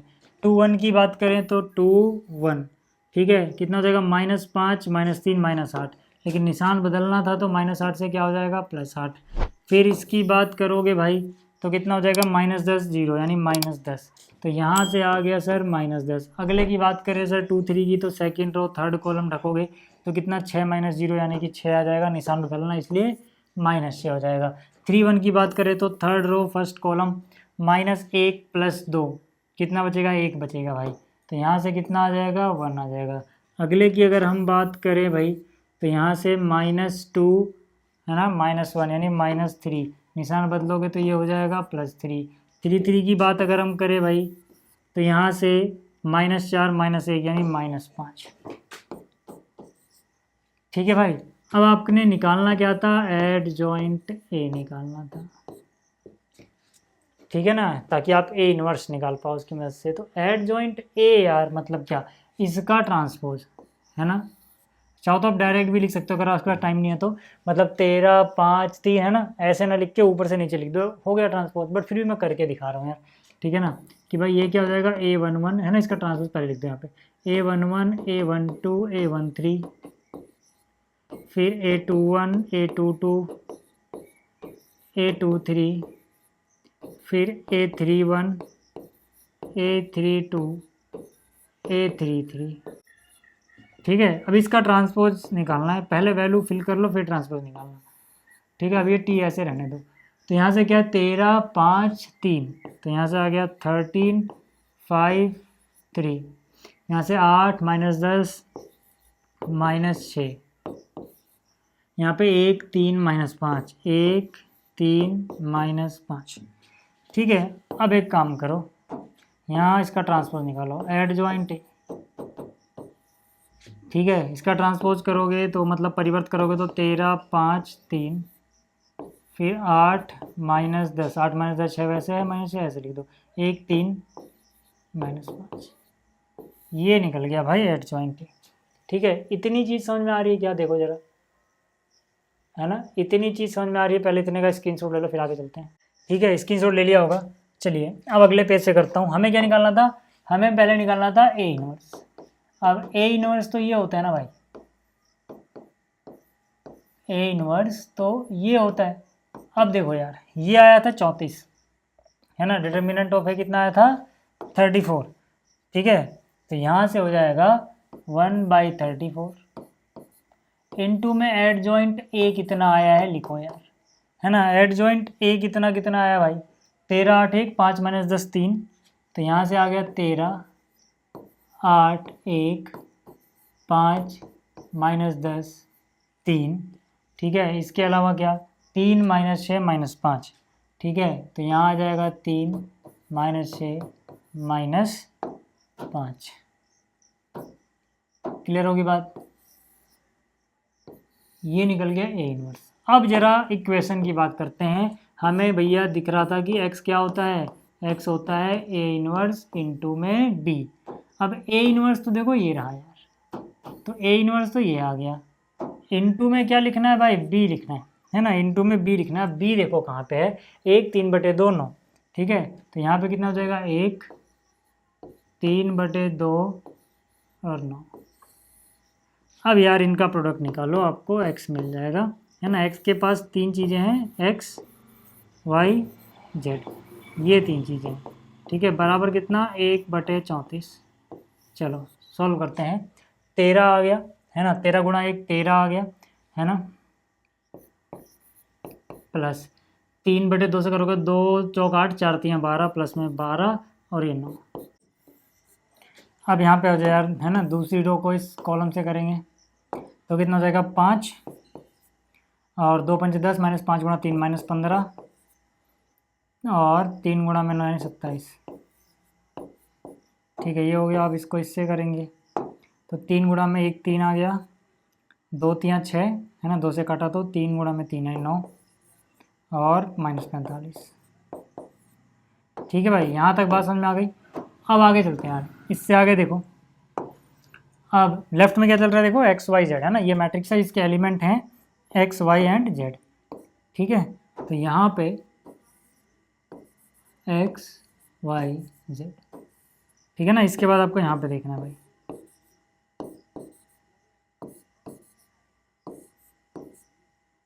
इज इक्वल टू 1/34 चल रहा है, 13 12 25 और 9 34 यानी 34 आ गया। इसके बाद यहाँ बचेगा -10 और 27 यानी कि 17 आ गया। इसके बाद 54 माइनस का प्लस का 3 यानी -51 आ गया,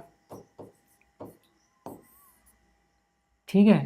तो यहाँ से कितना 34/34 करोगे 1 आ जाएगा, 17/34 यानी ये 1/2 आ जाएगा, और 51/34 यानी कि 17 से 51 17 दूनी 34। तो यहाँ से यार देखो ना, आप कंपेयर कर लो, है ना। आप क्या करना है, आपने कंपेयर कर लेना है, ठीक है। x की वैल्यू कितनी आ गई 1, y की वैल्यू कितनी आ गई 1/2, z की वैल्यू कितनी आ गई -3/2, है ना। आसान था कि नहीं, ठीक है। बहुत आसान सा क्वेश्चन था, बस थोड़ा लेंदी, है ना, टाइम थोड़ा ज़्यादा लगेगा, टाइम कंज्यूमिंग है, ठीक है। स्क्रीनशॉट लेना चाहो तो ले लो पहले, है ना। हमने ये किया, उसके बाद हमने, ठीक है ना, यहाँ पे ये किया। अब एक और देखो बिल्कुल ऐसा ही, ठीक है ना, अगला क्वेश्चन भी बिल्कुल ऐसे ही, आपकी प्रैक्टिस एकदम बढ़िया से हो जाएगी, है ना। ये वाला भी करता हूँ मैं, देखो, है ना। यहाँ पर सबसे पहले मैट्रिक्स ए क्या होगी वो देखते हैं, ठीक है। यहाँ पर 1 - 1 1 है, तो यहाँ पे जाएगा 1 - 1 1 है। यहाँ पे 2 1 - 3 है, तो यहाँ पे आ जाएगा 2, यहाँ पर 1, यहाँ -3, यहाँ पर 1 1 1 है, ठीक है। तो ये अपने पास आ गया ए। अब अगर मैं बात करूँ x की, तो इसके पास 3 चीज़ें हैं भाई, यहाँ पर x है, यहाँ पे y है, यहाँ पे z है। फिर अगर मैं बात करूँ b की, तो यहाँ पे 4 0 2 है, यहाँ पे आ जाएगा 4, यहाँ पे आ जाएगा 0, यहाँ पे आ जाएगा 2, ठीक है। अब यार सबसे पहले हम क्या करेंगे भाई, डिटरमिनेंट निकाल के देखेंगे, सारणिक निकाल के देखेंगे, है ना। तो ए का सारणिक कितना आ रहा है ना, यहाँ पे आ जाओ, इसके अलावा निकालते हैं, ठीक। तो यहाँ से कितना 1, इसको ढक दिया तो कितना हो जाएगा 1 + 3 यानी कि 4,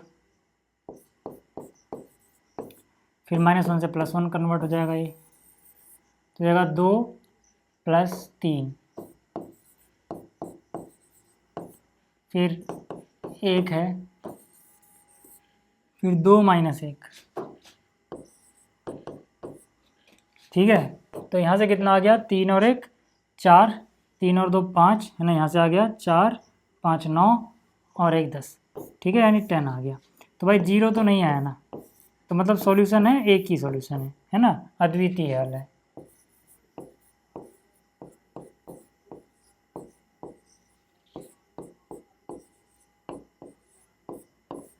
ना। यहाँ तक बात समझ में आ गई, अद्वितीय हल है। अब क्या करेंगे भाई, अब वही यार, जब अद्वितीय हल होगा तो मतलब क्या, मतलब कि हम ये वाली इक्वेशन का इस्तेमाल कर सकते हैं। अब इस वाली इक्वेशन के लिए हमें ए इन्वर्स चाहिए होगा, ए इन्वर्स के लिए हमें ये चाहिए था, ये तो हमने निकाल लिया, लेकिन एडजॉइंट ए चाहिए होगा। और एडजॉइंट ए के लिए सबसे पहले हमें कैपिटल ए आई जे सारे निकालने होंगे, है ना। तो बस वो करते हैं। देखो इसके बाद आपने यहाँ देखना है,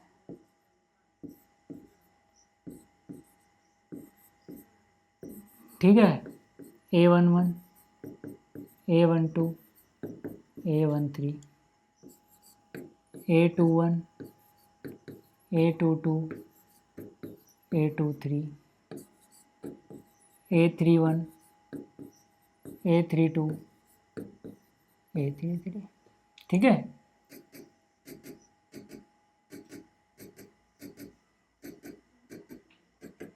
ठीक, चलिए इसको थोड़ा सा मैं इधर ही कर देता हूँ।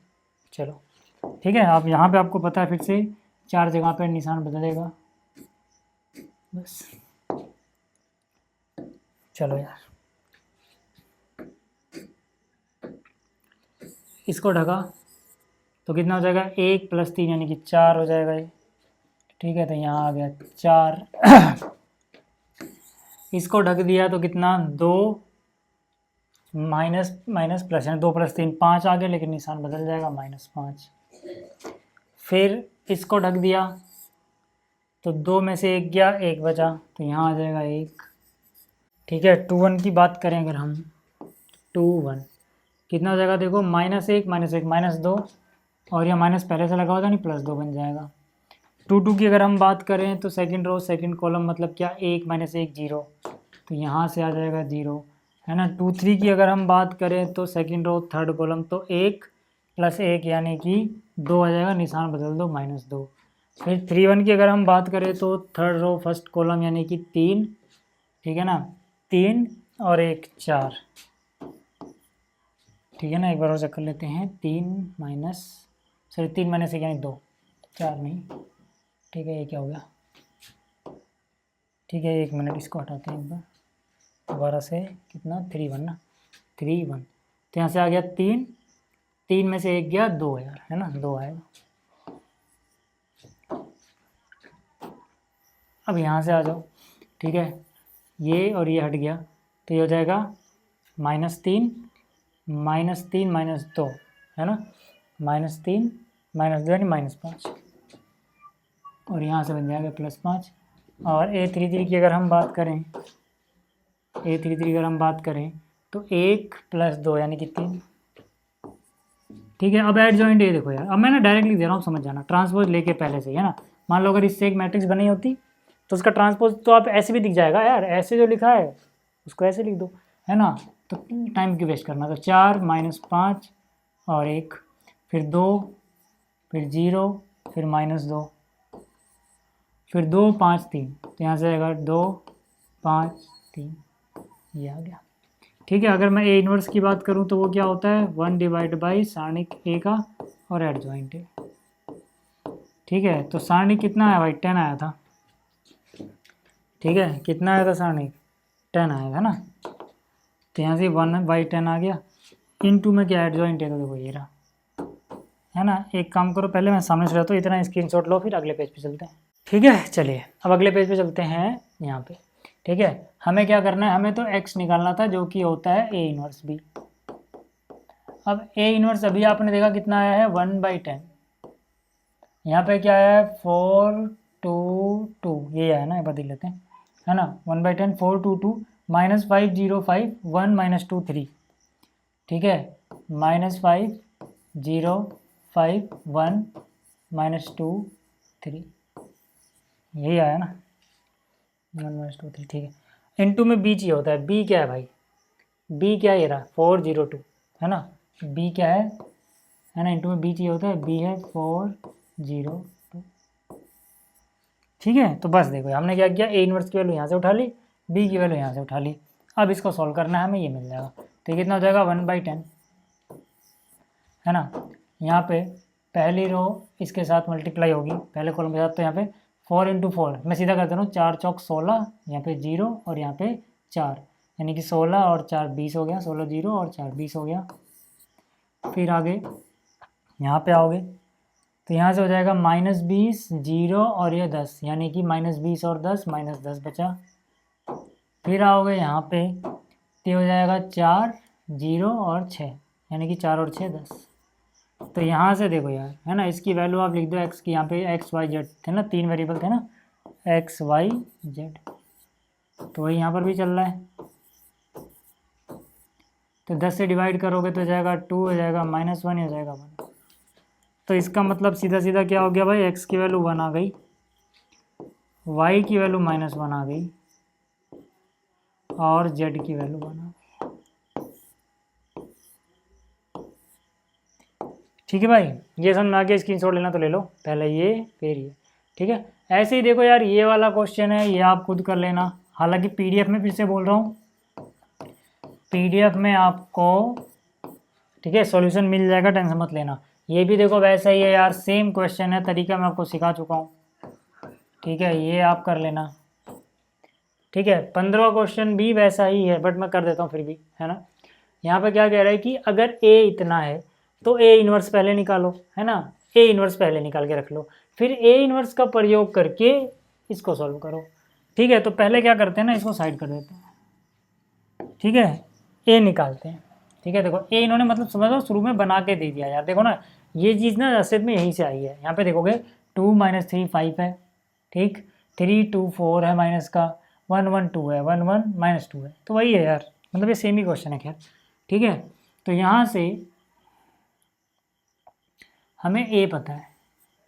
ठीक है, कितना है 2 -3 5 3 2 -4 1 1 -2 है ना। x निकाल लेते हैं चलो, मतलब सेम ही क्वेश्चन हो गया है ना। क्या हो जाएगा x y z। b निकाल लेते हैं, देखो 11 -5 -3, सब कुछ वैसा ही चलना है यार जैसे हम करते हुए हैं, है ना। भाई पहले तो आप ये निकालोगे तभी तो आप इन्वर्स निकाल पाओगे। तो ये निकालने के लिए क्या भाई, है ना, इसको ढक दिया तो -4 +4 0 आ गया, है ना, यानी कि 2 × में 0, फिर +3 है ना, इसको ढका तो कितना हो गया -6 +4 यानी कि -2, फिर 5 है ना, पहली रो के लोग निकाल रहा हूँ 5, तो 3 में से 2 गया 1,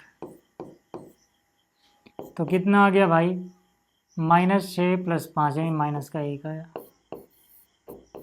है ना। तो 0 तो नहीं आया ना, मतलब यूनिक सॉल्यूशन है। ठीक है, तो ए इनवर्स निकालना है पहले मुझे, क्योंकि उन्होंने कहा था पहले ए इनवर्स निकालो भाई, है ना। तो ए इनवर्स के लिए यार भाई, ठीक है, ए इनवर्स के लिए हम क्या बोलेंगे, ठीक है, इसमें जगह ऊपर रख दूँ क्या इसको,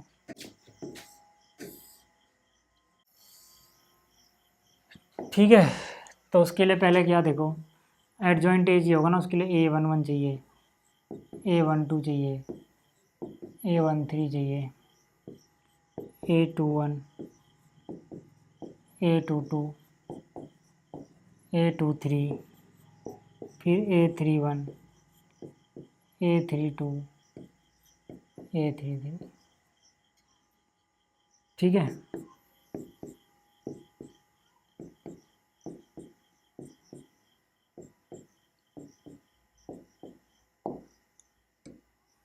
ठीक है, यहाँ निशान बदलेगा, यहाँ बदलेगा, यहाँ बदलेगा और यहाँ बदलेगा।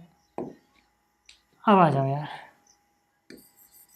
ये तो खैर 0 आया था, वो दिख भी रहा है ऐसे, फिर भी एक बार चेक कर लेते हैं। -4 + 4 0 है ना, तो यानी कि ये तो आ गया 0। 1 2 की बात करें तो इसको अगर हमने ढका तो कितना आ गया -6 है ना, और +4 यानी -2, वैसे भी दिख रहा था हमने निकाला हुआ -2, लेकिन यहाँ पर लगेगा निशान +2। 1 3 की बात करें अगर हम, तो जैसे 1 दिख रहा है ना, फिर भी 3 में से 2 गया है, ठीक 1। अब आगे अगर हम बात करें, इसको ढक दो यार, कितना हो गया, 6 में से 5 गया है ना, 6 में से 5 गया 1, निशान बदल जाएगा -1। इसको ढक दो तो -4 -5 है ना, सही है क्या, -4 -5 -9, तो यहाँ से आ गया -9। इसकी अगर हम बात करें तो जाएगा 2 + 3 यानी कि 5, निशान बदल जाएगा -5। 3 1 की अगर हम बात करें तो हो जाएगा -12 है ना, कितना हो जाएगा -12 और सॉरी +12 -10 यानी कि +2। 3 2 की अगर हम बात करें तो जाएगा -8 -15 यानी -23, यहाँ की जगह +23, ठीक है। 3 3 की अगर हम बात करें तो जाएगा 4 + 9 यानी कि 13 हो गया। अब यार देखो ना, अब आप सीधा सीधा एडजॉइंट ए निकाल पाओगे। एडजॉइंट ए मतलब क्या यार, इसका ट्रांसपोज सीधा कर दो है ना, मतलब अगर ये मैट्रिक्स होता, वैसे मैट्रिक्स में नहीं लिखा ये, बट मान लो अगर ये A1 1 ये सब मैट्रिक्स में लिखा होता तो ट्रांसपोज कर देना।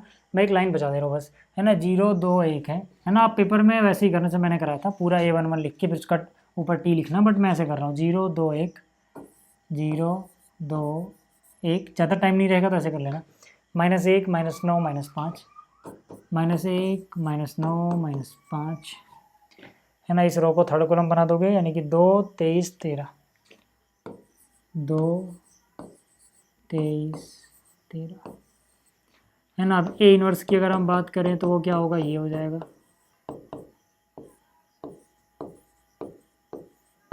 ठीक है। ये देखो -1 आया था, कितना आया था, ये कितना आया था -1, ठीक है। तो अगर ये -1 मतलब इसमें सबका निशान बदल जाएगा यार बस, ठीक है। तो 0 -1 की जगह +1 आ जाएगा, 2 की जगह -2 आ जाएगा, इसकी जगह -2 हो जाएगा, -9 की जगह +9 और -23 हो जाएगा +23 की जगह, इसकी जगह -1 आ जाएगा, इसकी जगह +5 आ जाएगा, इसकी जगह -13 आ जाएगा। ये आ गया A इनवर्स। इतना स्क्रीनशॉट लो, फिर आगे चलते हैं, है ना, स्क्रीनशॉट लो एक बार, ठीक है। अब देखो, अब अगले पेज से करते हैं, है ना। अब हमारे पास सिस्टम ऑफ इक्वेशंस है क्या, है ना, सिस्टम ऑफ इक्वेशन है क्या, एक बार इसको मैं उतार ही लेता हूँ, है ना। सिस्टम ऑफ इक्वेशंस हमारे पास क्या है, ये है ना, ठीक है, यही था क्या, देख लेते हैं एक बार, कहीं दूसरा तो पेज नहीं उतार लिया मैंने, ठीक है। इसको छोटा करता हूँ एक बार, यही है ना, 2x 3y मान लिया, ठीक है, ठीक है। ये रहा यार सिस्टम ऑफ इक्वेशन अपने पास,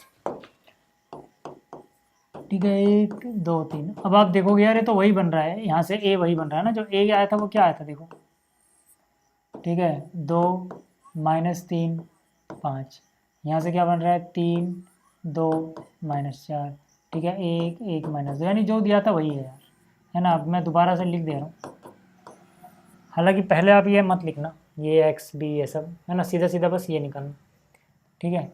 यहाँ पे x क्या हो जाएगा, x y z, और b क्या हो जाएगा भाई, 11 -5 3, 11 -5 3, है ना। सब कुछ हम निकाल चुके हैं यार, ये हम निकाल चुके हैं ना, अभी हमने देखा था कि ये हम निकाल चुके हैं, माइनस बनाया था, ठीक है। A इनवर्स भी हम निकाल चुके हैं, तो सीधा सीधा देखो क्या, ये अब इक्वेशन यूज़ की सकती है, x = A इनवर्स b।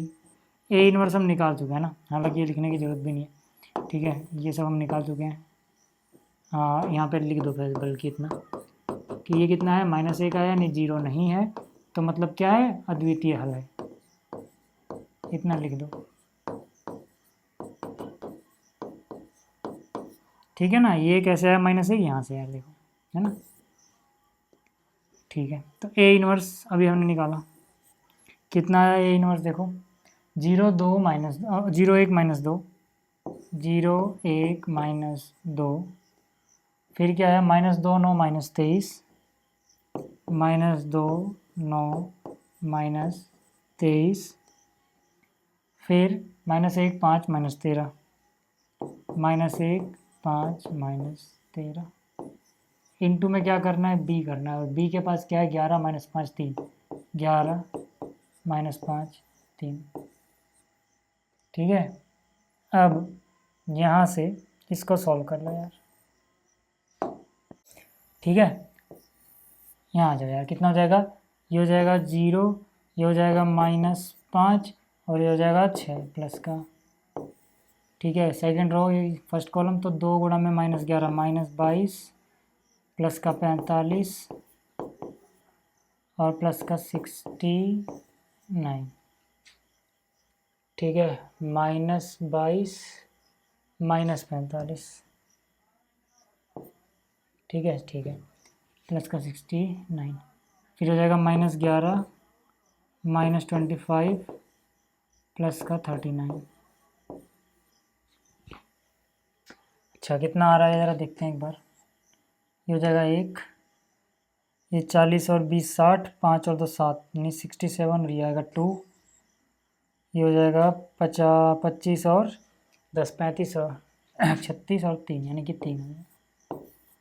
ठीक है, तो यहाँ से कितना हो जाएगा, x की वैल्यू 1 आ जाएगी, y की वैल्यू 2 आ जाएगी और z की वैल्यू 3 आ जाएगी यार। ठीक है भाई, ये हो गया अपने पास सॉल्यूशन। क्लियर होगी बात इतनी, है ना। स्क्रीनशॉट लेना है तो इसको थोड़ा छोटा कर देता हूँ मैं। ठीक है, यहाँ से ये हो गया और ये हो गया। ठीक है, अगले बात करते हैं क्वेश्चन नंबर 16 की। देखो ये तो नकली सवाल है, मतलब इसको पहले इक्वेशन में कन्वर्ट करना है, फिर वैसे ही सोल्व कर लेना है। कह रहा है 4 kg प्याज, 3 kg गेहूँ और 2 kg चावल का मूल्य 60 रुपये आ रहा है। ठीक है, और 2 किलो प्याज, 4 किलो गेहूँ और 6 किलो चावल का मूल्य इतने रुपये आ रहा है, और 6 किलो प्याज, 2 किलो इतना और 3 किलो उतना का मूल्य इतना है। तो बस यार ये तो आसान है ना। तो देखो यहाँ पे लिखो, माना प्रत्येक किलोग्राम प्याज का मूल्य बराबर x रुपये है। ठीक है, और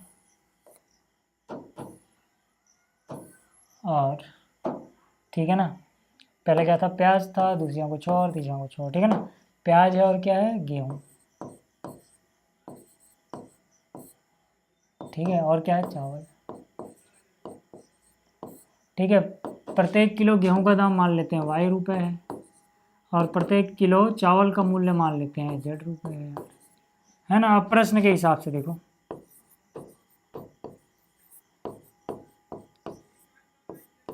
ठीक है, प्रश्न के हिसाब से क्या, 4 किलो प्याज है, 1 किलो प्याज का दाम x रुपये, तो 4 किलो का 4x हो गया, प्लस 3 किलो गेहूँ है, 1 किलो गेहूँ का दाम y है, तो 3 किलो गेहूँ का दाम 3y हो गया। 2 किलो चावल है, 1 किलो चावल का दाम z रुपये है, तो 2 किलो का 2z हो गया। टोटल कितना है, 60 रुपये। ये हो गई समीकरण 1। इसी तरह से 2 किलो प्याज है यानी कि 2x है ना, 4 किलो गेहूँ है यानी कि 4y, और 6 किलो चावल है यानी कि 6z। इसका दाम टोटल कितना है, 90 रुपये। ये हो गई इक्वेशन नंबर 2। ठीक है, अगला क्या है, 6 किलो प्याज है यानी कि 6x, 2 किलो गेहूँ है और 3 किलो चावल है, इनका मूल्य है 70 रुपये। अब आयु विधि से सॉल्व करना है यार, इसके बाद वाला आप खुद कर लेना। इक्वेशन मैंने बना दी है। ठीक है, एक्स वाई जेड का मान ही तो निकालना है ना, एक्स वाई जेड की वैल्यू ही तो निकालनी है, कर सकते हो आप आराम से, है ना। तो इस लेक्चर में इतना ही, है ना, इस लेक्चर में इतना ही। जल्दी मिलेंगे नेक्स्ट लेक्चर में। पीडीएफ आपको टेलीग्राम पे मिल जाएगी, पीडीएफ में ये सारे सॉल्यूशन मिल जाएंगे जो मैंने डू योर सब लिखा ना, उसमें मैंने सब सॉल्यूशन भेजूँगा। ठीक है, तो इस लेक्चर में इतना ही, जल्दी मिलते हैं नेक्स्ट लेक्चर में। Thank you.